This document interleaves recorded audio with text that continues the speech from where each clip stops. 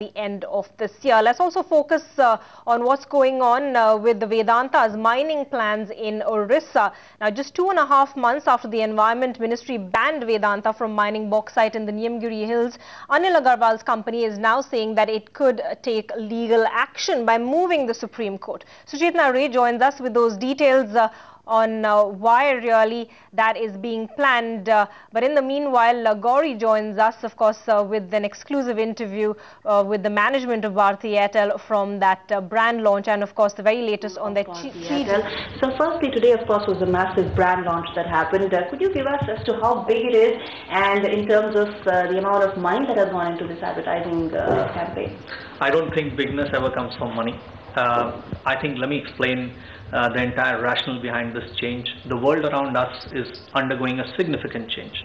The world is becoming younger, and countries like India and the developed world are actually contributing to making the world younger.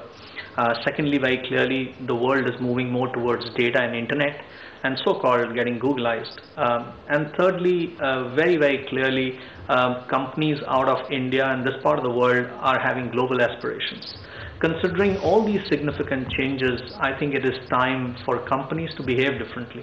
And at Airtel, we have brought about and announced that change already. It's a 360-degree change that we are bringing, whether it's with our stakeholders, our customers, our international aspirations. I think all are getting manifested in what we are doing. And therefore, we need an identity that is more global, that is more younger, that has more humility, that is more aspiring. It is going to do a lot of things for us, and therefore we introduced the new logo. It's for the first time come with a new symbol, which didn't exist earlier. And this is clearly a very human sort of a symbol, which is like an object, a living object. And this makes us more dynamic, more approachable going forward. And I think the entire lower casing of the symbol makes us more humility driven, which is the core of what we are. And the red color is basically retaining our ethnicity and our stuff that has brought us to where we've reached.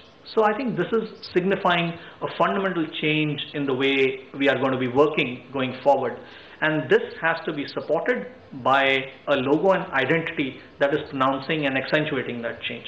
With this, we are also changing our ringtone, which was created by the maestro himself, and there is more liveliness, more celebration, more youngness in that manifestation which has come out now. So I think it's a fundamental change for us going forward.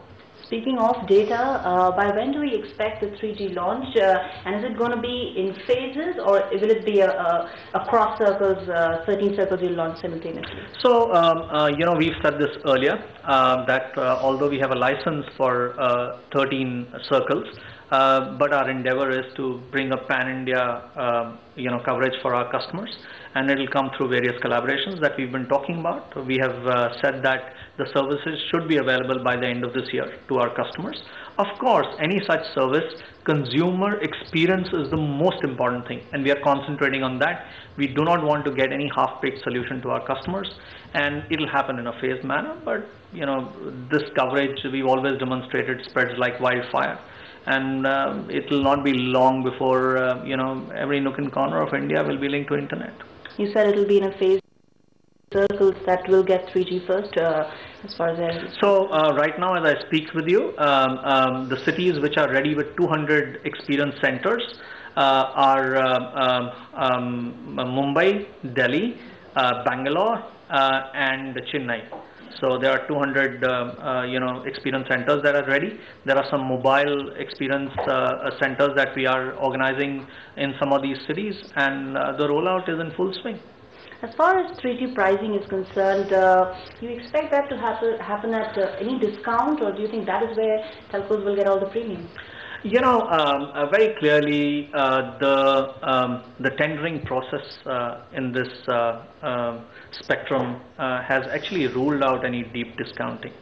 I don't think any viable business model can allow a deep discounting, but this definitely does not mean that affordability will not be kept in mind. We understand very well the reach and accessibility on internet that has to be provided to all customers, and therefore there will be innovativeness in our pricing to make sure there are sachet packs that are available for anybody and everybody who wants to go and access internet. So I think there'll be innovativeness, accessibility, yet deep discounts and unlimited packs, I think, will be a question mark. Tata Docomo has already launched 3G in the market with the kind of packs.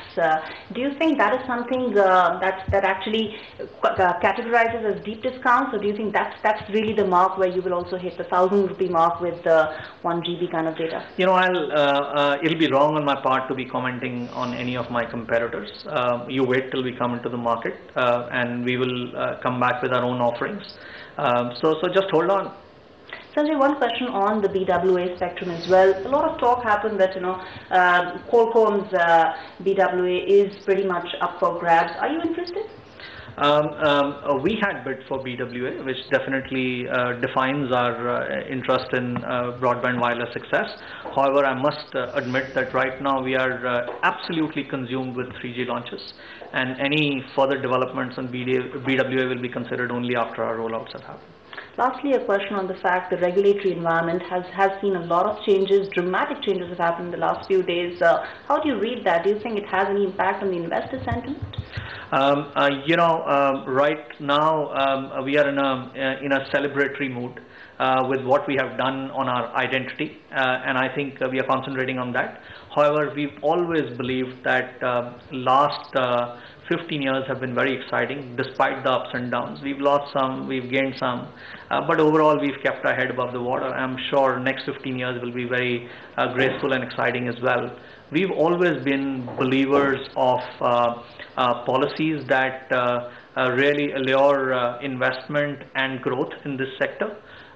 It's a very, very unique proposition in this country. In 1995, India would have been probably 1 or 2% penetration when it was voice all over, and we've come a long, long way today, having breached the 50% mark.